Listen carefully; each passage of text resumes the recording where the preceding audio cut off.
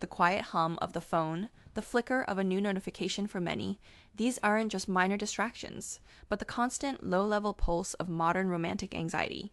We open an app, and suddenly, we're not just looking for connection. We're submitting ourselves to a trial. It feels like a test, doesn't it? A relentless evaluation where every photo, every word, every silence is scrutinized, judged, and ultimately approved or rejected by an invisible force. But why? Why has something as fundamentally human as seeking companionship transformed into this high-stakes, algorithmically driven performance art? The illusion begins with a promise unparalleled access. Modern dating platforms offer a boundless ocean of potential partners, meticulously cataloged and presented for our consideration. We are told this is efficiency, a scientific approach to love. Swipe right for destiny, left for dismissal. The belief is that with enough data, enough options, and the perfect profile, we can somehow optimize our way to an ideal match.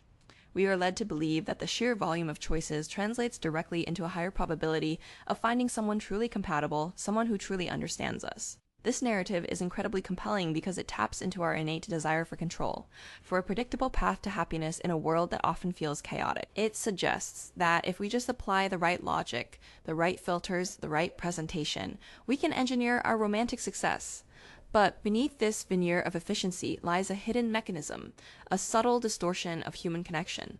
The real currency in this digital landscape isn't genuine interest, it's attention, and attention in turn is dictated by algorithms designed to keep us engaged, not necessarily fulfilled. This creates an investment imbalance, where our emotional capital is constantly being leveraged against perceived value, a value often determined by superficial metrics. How many likes did my picture get? Did they respond quickly? Why was I left on read? These aren't indicators of mutual interest or genuine rapport. They're data points, feedback loops that rewire our expectations and our self-worth.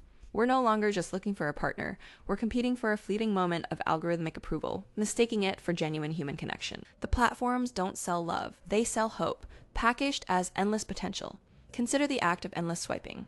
What does this seemingly innocuous behavior truly signal? It sends a hidden message, both to ourselves and to the collective consciousness, that human beings are interchangeable, disposable commodities in an endless catalog. The psychological effect is a gradual erosion of empathy, a subtle objectification of others.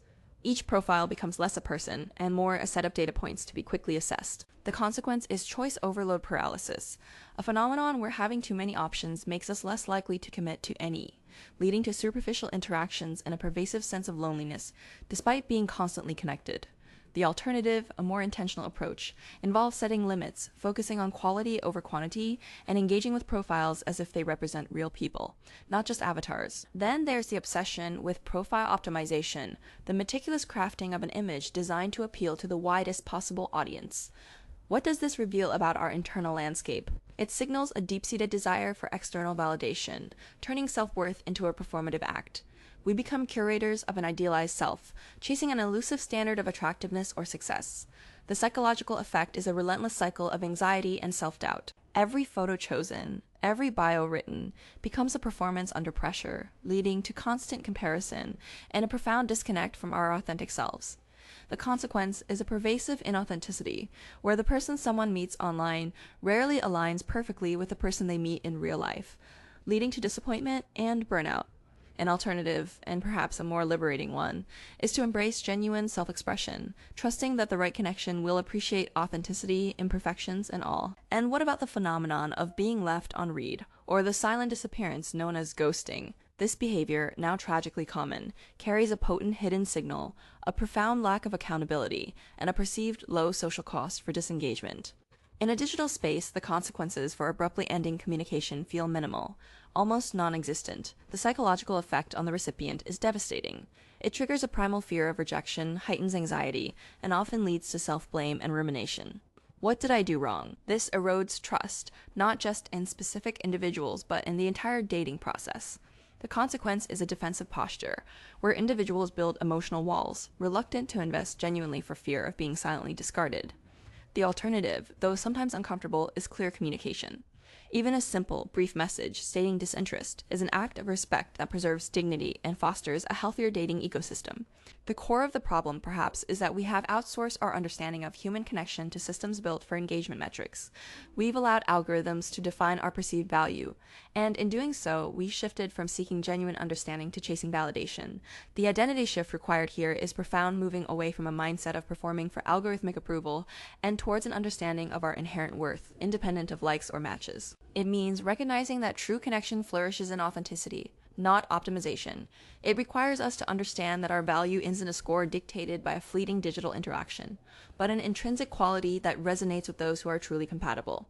We must reclaim our agency, recognizing that the platforms are tools, not arbiters of our romantic destiny.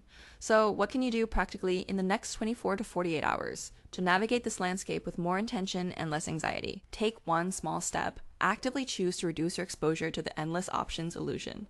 Instead of swiping indiscriminately, select just one or two profiles that genuinely pique your interest and commit to sending a thoughtful, personalized message. Resist the urge to keep swiping after that.